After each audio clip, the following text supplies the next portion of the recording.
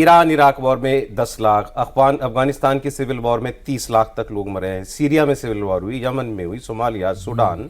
सो एक एनालिसिस है कि 1.25 करोड़ मुसलमान जो है वो पिछले 25 साल के अंदर मारे गए हैं ऐसे इन जंगों के अंदर।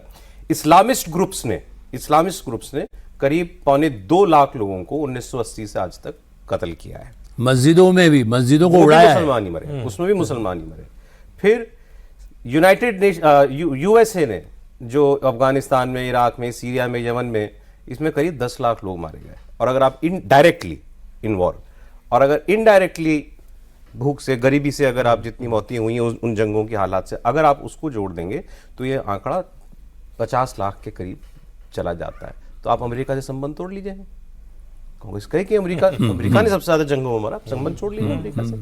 अमेरिका के बाद यूएसएसआर का जो अफगानिस्तान का इन्वेजन हुआ उसमें बताते हैं लाखों लोग मारे गए। तो आप रूस से भी संबंध तोड़ लीजिए, या कहिए कि नहीं रूस तो मुसलमानों का हत्यारा देश है। लॉजिक तो कहीं नहीं है इसके।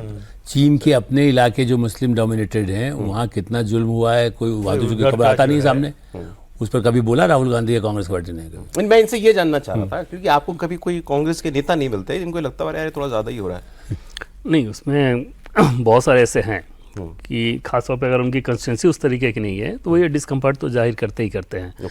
कुछ तो ऐसे भी हैं, नाम नहीं बता रहा हूँ, बड़ा नाम है वो, उनके इलाके में मुस्लिम वोट बहुत ज़्यादा है, लेकिन उस बात को लेकर वो ये कहते हैं कि कई बार तो मुझे मन करता है बोल देने का, लेकिन समस्या ये है कि मेरी कंस्टिट्यूंसी ऐसी है कि मैं मुस्लिम वोट के बिना जीत नहीं सकता। लेकिन इसका पार्टी को खामियाजा भुगतना पड़ता है इस तरह की लाइन का। और जयराम रमेश जैसे नेता और जिस तरीके के लोग कांग्रेस पार्टी को अभी चला रहे हैं, राहुल गांधी उनके सहयोगी, वो ग्राउंड पे क्या फीलिंग है इससे तो बहुत डिस्कनेक्टेड ही रहते हैं ना। तो वो अपने एसी के रूम में बैठ के वो एक लाइन सोच के लिए एक लाइन लेकर चल दी, या फिर वो मुझे थोड़ा सा ये मानने में होता है कि मतलब इनको नहीं मालूम कि इन बातों का क्या रिएक्शन होगा, इतने नासमझ भी नहीं होंगे ये सारे नेता, लेकिन उनका टारगेट ऑडियंस बहुत लिमिटेड है। या तो ये है नहीं टारगेट कि हमको वो 20 की ही बात करनी है। नहीं 20 की बात कीजिए, उसमें कोई किसी को समस्या नहीं है। आप पॉलिटिकल आदमी हैं, पॉलिटिकल पार्टी के स्पोक्समैन हैं, पार्टी की ओर से बोल रहे हैं, तो ये तो देखेंगे कि इससे पार्टी का नुकसान होगा कि फायदा होगा। इससे पार्टी का फायदा तो नहीं होने वाला। तो जो लोग इजराइल के प्रशंसक हैं भारत में, आप उनको क्या मैसेज दे रहे हैं? ये कब कांग्रेस ने सोचा कि हमारा फायदा हो रहा है, नुकसान हो रहा है? शाहबानों में फायदा हुआ कि नुकसान हुआ? नहीं, शाहबानों में तो उन्होंने जो है ये सोच के कि इससे जो है फायदा हो जाएगा, मौलवियों को खुश कर देंगे तो मुस्लिम वोट मिल जाएगा। ये किया, हिंदू नाराज होने लगे तो वहां शिलान्यास करा राम दिया, मंदिर में शिलान्यास तो और फिर मुसलमान नाराज हुए तो उसको रोक दिया। हुआ क्या? पता चला दोनों गए। वो चुनाव जो है, हाँ 89 का चुनाव हार गए। जो 84 में मिला था उसका आधा भी नहीं मिला। कांग्रेस के पास तो सर एक वक्त सारा ही वोट कांग्रेस का था। ये चिंता कांग्रेस को कब होनी शुरू हुई कि मुसलमान को अपने साथ रखना है, या उसने एफर्ट कब से करने शुरू किया? 67 के बाद से। अच्छा, 67 में सीटें बहुत घट गई, और जब 69 में स्प्लिट हुई तो माइनॉरिटी में आ गए, तो सीपीएम के साथ, मतलब सीपीआई के साथ मिलके जो है वो सरकार बचाई थी। उसके बाद से जो है ये शुरू हुआ। फिर मुसलमानों में भी ये हुआ कि जो है कांग्रेस का विकल्प सोचा जाए। मुस्लिम मजलिस मुशावरात नाम का एक संगठन बना कि हम किसी पार्टी को नहीं, हम उम्मीदवार देखेंगे, हर पार्टी में जो अच्छा मुस्लिम उम्मीदवार होगा उसका समर्थन करेंगे। 67 के चुनाव में ये आजमाया गया, लेकिन कोई फ़ायदा नहीं हुआ उसका। तो उसके बाद फिर उस एक्सपेरिमेंट को छोड़ दिया गया। तब से लेकिन कांग्रेस को ये समझ में आ गया कि हाँ, ये वोट बैंक कल्टीवेट धीरे करना धीरे जो रीजनल पार्टीज का उभार जैसे शुरू हुआ तो उनको विकल्प मिलने लगा।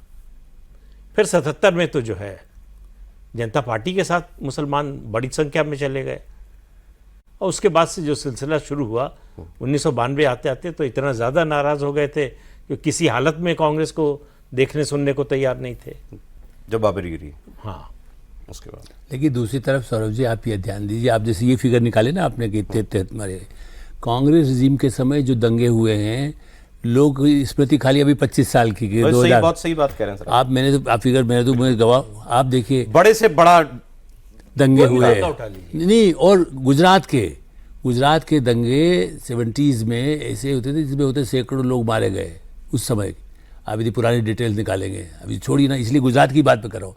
भागलपुर के दंगे में क्या हुआ, मुंबई में होते थे दंगे क्या हुआ, मुरादाबाद के क्या। आप यदि संख्या बेतहा यदि उनके आंकड़े निकाल के कोई पूरा स्टडी करके देखेगा तो। और दूसरा एक और, मैं चूँकि बिहार में रहा हूँ इसलिए कह रहा हूँ, एक चुनाव में 89-90 जो भी चुनाव था, कांग्रेस के ही किसी ने हमको बताया कि ऊपर से मैसेज है, जैसे इनको ऑफ द रिकॉर्ड बताते ना कई बहुत सारी बातें, उन्होंने कहा कि ये है कि कल दंगा होगा और 2 से ज़्यादा लोग नहीं मारे जाने चाहिए।